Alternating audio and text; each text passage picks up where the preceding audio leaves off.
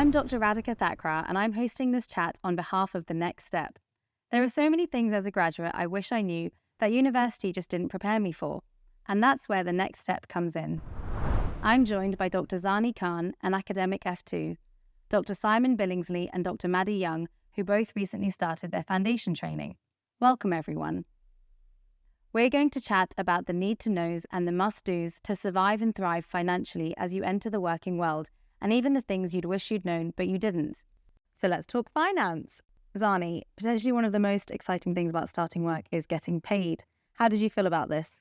It was like the best feeling ever. I think having done medical school where, you're expected to go on placement and it's time you're putting in to get your training, but you don't see a paycheck at the end of, the month for 5 years, especially as you're getting older and your colleagues, your friends who you grew up with are essentially finishing their 3-year degrees, starting their first jobs and getting paid, and you're still there yep, still just living as a student, making ends meet. It was really, really amazing to get a paycheck, and I felt so valued to actually have my time paid for. So yeah, really, really positive. And it was nice to actually use that paycheck to treat the people who had supported me along the way.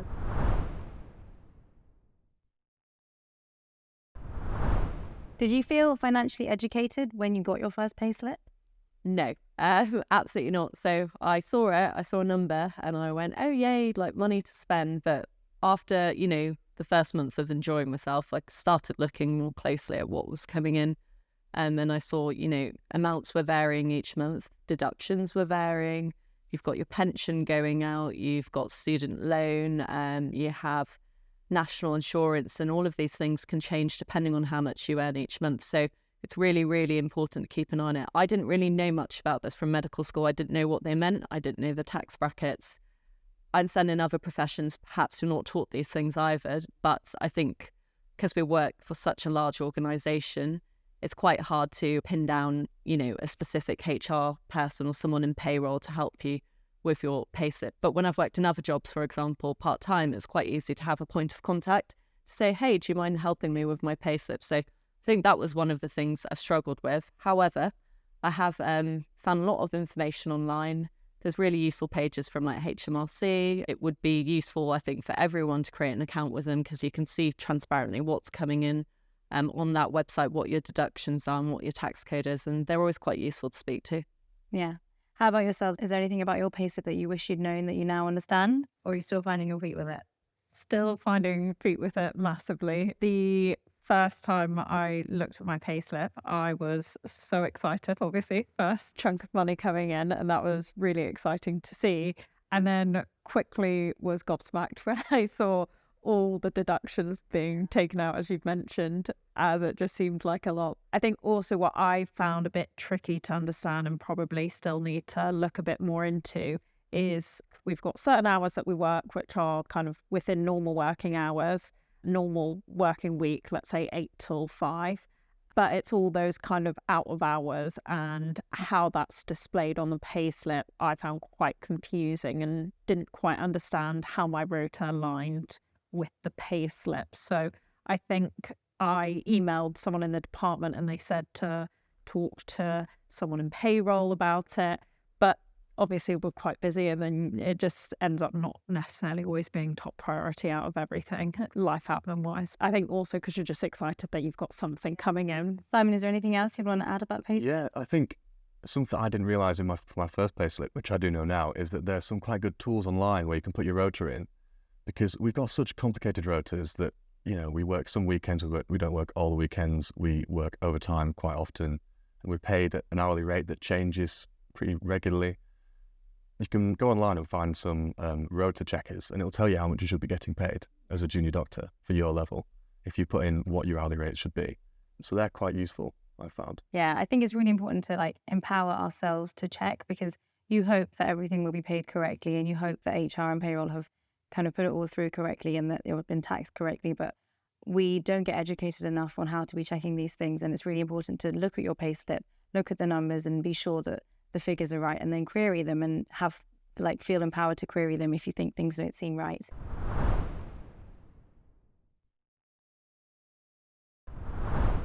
Were there any outgoings that you needed to think about before your first paycheck? Yeah, so actually before working, there's a fair few things you need to pay for, and it is a shame because you want to spend all your money on fun things on your first paycheck. So a lot of people join unions as a junior doctor. GMC membership is a must. Medical indemnity is a must. Parking at hospitals and food because you're going to be working there all the time if you don't have time to meal prep, which a lot of people don't. So lots of these things are they're significant outgoings actually. You might not necessarily be thinking about when you're getting your first paycheck.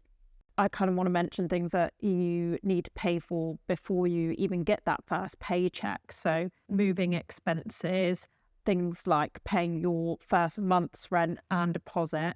I had to get temporary accommodation, so I had to pay for that deposit, that month's rent, as well as my more permanent residence. And they asked for the rent and deposit a month in advance of me starting that contract.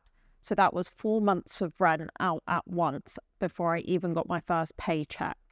And I'm quite fortunate that I was able to maintain a part-time job alongside med school. But for most, that's quite difficult and they're not able to. So that is something that you really need to plan forward for and think of.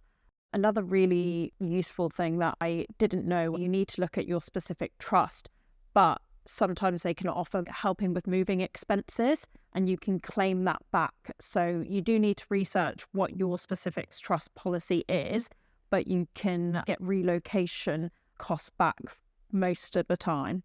And another thing that was good to know in advance was before my first paycheck, I was commuting for 6 weeks. I'm able to claim back those expenses because I drive over 17 miles. You're not necessarily going to get that in advance of your first paycheck, but it might help you once you get that first paycheck. I think it's easy when you're at the end of med school. You think I've got these few months off and it's easy to spend all your money, but you need to be aware in the back of your head that once you get to working and paying rent, there are outgoings that you'll need to take out before you've even earned your first paycheck.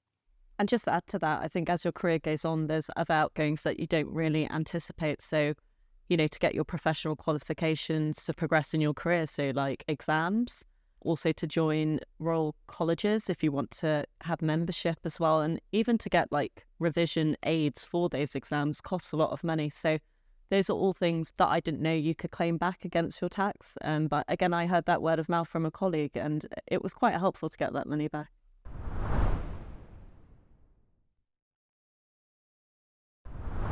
Is there anything that you learned during your F1 year that you'd wish you'd known earlier on the financial side of things?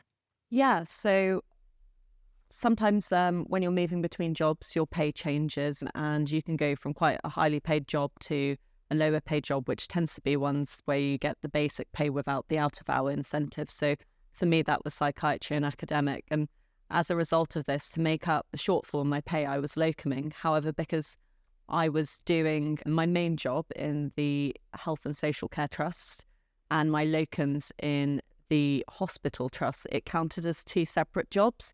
So I ended up with 2 paychecks, 2 different tax codes, and it was all quite confusing. So I think it's really important to stay on top of that because it does technically count as a second job.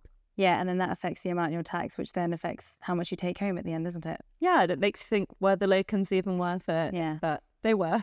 Thanks, that's really helpful.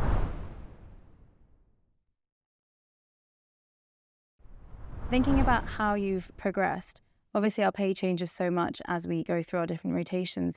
You've just bought a house, I've heard. Congratulations. And how did your pay and the changes in pay affect your ability to get a mortgage? Can you tell us a bit more about that?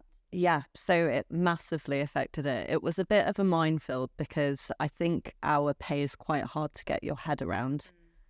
I sat down with my partner. He's a doctor too, and he's a couple of years ahead of me. So obviously our pay is quite different. So we sat down, we did one of those affordability calculators. They're freely available online, and we had a look to see what we could afford.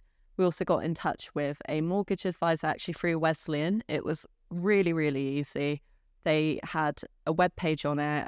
You organised a meeting with them, entirely professional, and it was no obligation, but they just went through your incomings and your outgoings to help you get your head around the affordability. And then they were able to just provide us with a mortgage in principle. So essentially what that is a piece of paper that tells you what you can afford based upon your incomes. All of this I had no idea about, so you're not expected to know, but the information's out there because no one does really tell you. So after that process, we then found a house we liked, put in an offer, and then we went to speak to the mortgage lender. So this is where things got really, really tricky because my pay has not been consistent, given that I've rotated from jobs. And I think to a lay person, that's quite hard to get your head around, that you don't, every 4 months your pay will change. So I had a lot of proof I had to give for why that was happening, different contracts, different work schedules between the different jobs. And I also had to just really explain to my mortgage advisor so they could speak to the underwriter, this is, why her pay has changed. But we were able to get around it and the whole process has gone smoothly since. So yeah. That's really helpful to know because we're planning on buying hopefully soon.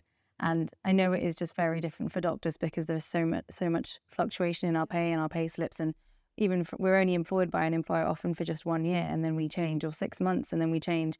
So you kind of have to have everything prepared and aligned, ready to give as evidence. Yeah, so one of the things we started doing to prepare ourselves, to get ourselves in the best position, was we were making sure we're downloading all of our pay slips. If you move trusts, sometimes you can't obtain those pay slips once you've moved jobs, and then you have to contact HR and ask for them. So it's best to just do it as you go along. One of the things I actually encountered buying a house in F1, which I was really, really surprised by, was because you've only worked from August until April, you don't have a full year's P60 to prove what you earn in that year. So when it comes to speaking to a mortgage advisor, it looks like you earn a lot less because they go off your P60 income. So that is also something you need to prove. The way I got around that was by providing my contract and showing the pay scales as a doctor. So it's not impossible, you just have to go that extra mile.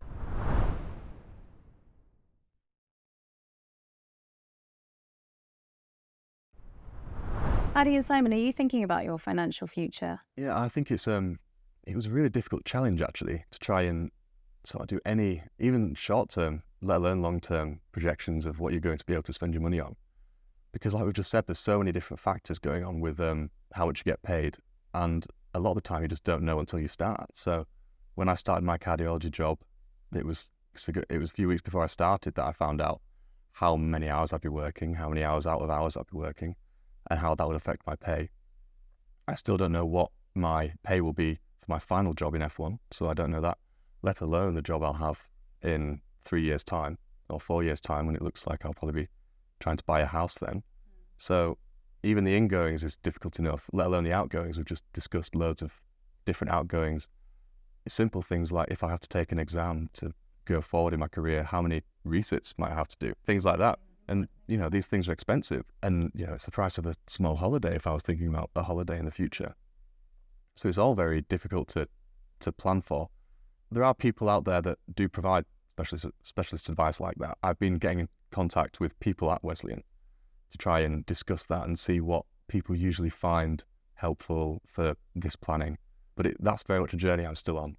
I think also something that's important to mention is that when we get that first paycheck, I'm sure you guys probably found it too, it's quite exciting and you kind of want to treat yourself and do something fun. And I think you should be able to do that. Or you might want to treat, your kind of family or friends who have supported you through med school. So it's important to be able to allow yourself to do that.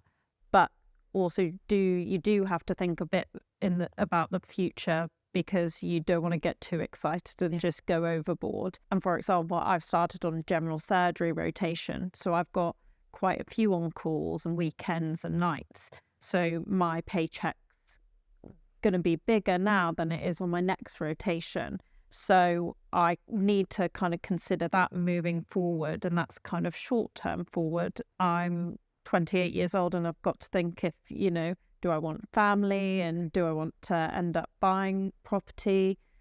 And if I do, I am going to have to think about kind of saving rather than just necessarily splurging on all the holidays.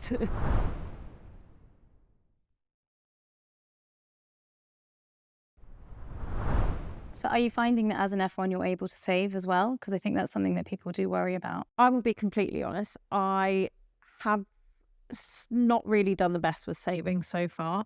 I got my second paycheck and I bought flights to Costa Rica. And then I paid for my car insurance, which, by the way, you should do first before you buy flights. After I did that, I then kind of, with my next rotation, I've been, organising my annual leave. I've realised, actually, let's not splurge on a big holiday. I'm going to get less pay. Let's try and put a little bit away. And I've talked with some of my friends about it who have said that they've also kind of seeked advice online. A lot of my friends I met at med school were graduates and are a bit older and kind of want to think a bit more about, finding a house and somewhere to settle. Simon, have you managed to save money, or are you also buying flights to Costa Rica? Not Costa Rica, no. I managed to save a little bit, but honestly, I can't stress enough how many outgoings there are that have been unexpected in this sort of new working life. Less than I wish I had, but I mean, I've recently just spent money on doing the MRCS for my first sitting in January, and that would be the savings I made that month. Money does seem to be going out as quickly as it comes in. However, I'm trusting that as I get into the work-life sort of balance and the routine of it, I can be more efficient with my money, because I'm still learning how to receive money and not spend it straight away, or at least know how much to put away. Trying to put away some money into savings as soon as I get it. That's a big thing that I found quite helpful.